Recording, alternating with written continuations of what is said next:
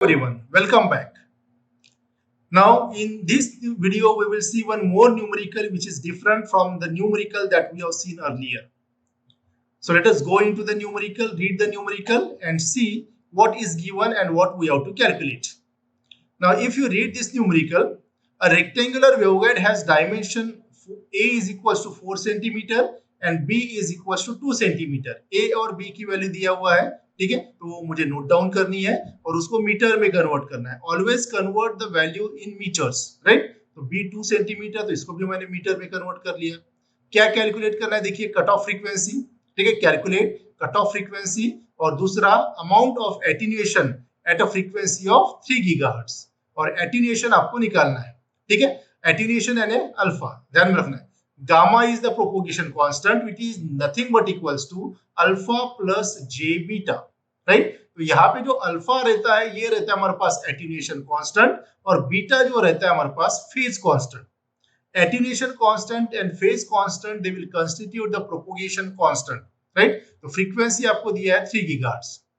Now यहाँ पे cut off frequency निकालना है. तो कट ऑफ फ्रीक्वेंसी का फॉर्मूला क्या है हमारे पास?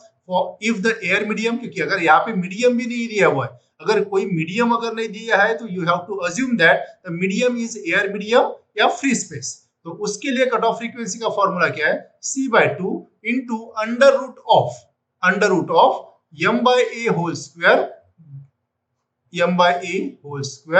plus n by b whole square, n divided by b whole square. So this is the formula for the cutoff frequency. If you see that this cutoff frequency depends on the dimensions a और b जो दिया हुआ है, but also it depends on the value of m and n, right? तो यहाँ पे क्या करना है आपको? m और n किसकी वैल्यू आपको?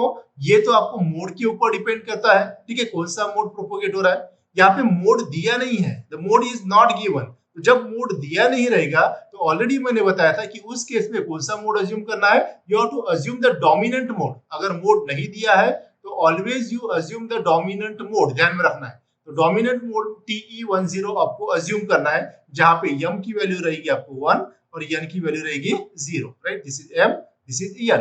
तो ये 1 और 0 आपको अज्यूम करना है, और कट ऑफ फ्रीक्वेंसी के फॉर्मूले में सारे वैल्यूज रख के कट ऑफ फ्रीक्वेंसी आपको निकाल लेनी है, जो मैंने इस स्लाइड पे दिया. देखिए, कट ऑफ फ्रीक्वेंसी का फॉर्मूला लिखा हुआ है. C की वैल्यू रखी है divided by 2, m is 1 for dominant mode, a की वैल्यू 4 सेंटीमीटर दिया था तो 0.04 प्लस n इज b, तो ये वैल्यू आपका 0 हो जाएगा. सो देयरफॉर fc कितना मिला आपको? 3.75 into 10 to the power 9 hertz. Yeah, you can say that 10 to the power 9 is nothing but your giga, so this is 3.75 gigahertz, right. तो simple cut off frequency इसके पहले भी हमने कैलकुलेट किया था. स्लाइड डिफरेंस वहां पे आपको मोड्स दिए थे या डोमिनेंट मोड करके बताया था. इस न्यूमेरिकल में ऐसे कोई भी मोड स्पेसिफाई नहीं किया हुआ है, और कभी भी अगर मोड स्पेसिफाई नहीं किया है तो always you have to assume the dominant mode.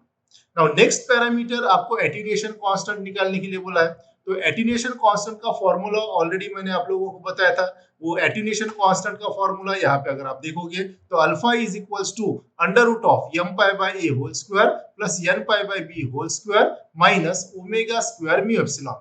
अभी यहाँ पे ध्यान में रखना है, this mu epsilon is nothing but your mu 0 epsilon 0, क्योंकि एयर मीडियम है.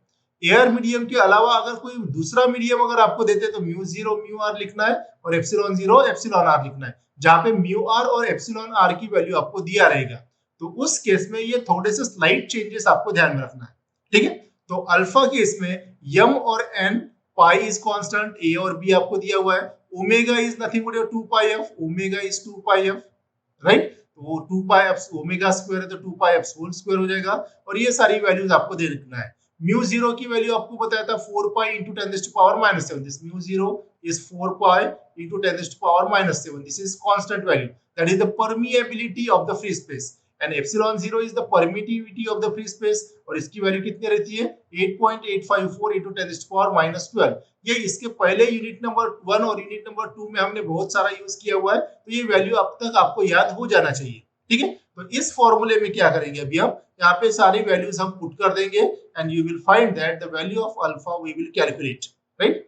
आप देख सकते हैं यहाँ पे m की वैल्यू 1 क्योंकि डोमिनेंट मोड के लिए, पाई वैसे को वैसे रखा, a की वैल्यू 0.04 प्लस n की वैल्यू 0, ठीक है, तो ये टर्म ही हमारे पास कैंसिल हो जाएगा, माइनस ओमेगा स्क्वायर n है 2 पाई f, तो 2 पाई और फ्रीक्वेंसी दिया था आपको, ये है हमारे पास 2 पाई f, ध्यान में रखना है। तो 2 पाई जैसे कि वैसे फ्रीक्वेंसी 3 की गार्ड दिया था उसका स्क्वायर है, ठीक है, क्योंकि ओमेगा स्क्वायर म्यू 0 की mu is nothing but your mu 0, that is 4 pi into 10 to the power minus 7। Mu की वैल्यू पता नहीं है, इसे रोते बैठना नहीं है, यहाँ पे ध्यान में रखना है, mu is always mu 0, right, for air medium, and epsilon is equals to epsilon 0, that is 8.854 into 10 to the power minus 12। यहाँ पे स्क्रीन के बाहर चला गया है, तो you have to assume 8.854 into 10 to the power minus 12। तो ये अल्फा कैलकुलेट अगर आप करते हो तो ये आता है मेरा 47, and the unit of alpha is nepers per metre. You remember this, अगर नहीं पता है तो मत लिखिए, लेकिन अगर गलत लिखते हो तो मार्क कटेंगे, नहीं लिखेंगे तो एक बार बच जाएंगे, लेकिन गलत लिखोगे तो मार्क कटेंगे, इसलिए पता है तो ठीक है, नहीं तो मत लिखो। But you have to remember that the unit of alpha is nepers per meter, right. Hope this is the simple formula.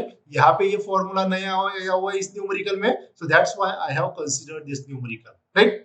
तो ये अल्फा, कुछ केस में आपको बीटा निकालने के लिए बोल सकते हैं, तो बीटा का फॉर्मूला इसका उल्टा है, ध्यान रखना है। तो beta is equals to under root of, पहले क्या लिखना है आपको, वहां पे उस केस में लिखना है omega square mu epsilon, minus उस केस में लिखोगे आप m pi by a whole square minus m pi n pi by b whole square, ठीक है। ये बीटा का फॉर्मूला, तो जब हम न्यूमेरिकल देखेंगे जिसमें बीटा कैलकुलेट करने के लिए बोला जाएगा, उसमें ये फॉर्मूला हम उस केस में यूज करेंगे, राइट। तो this numerical is simple if you remember the formulas. So that's all for this video. Thank you very much.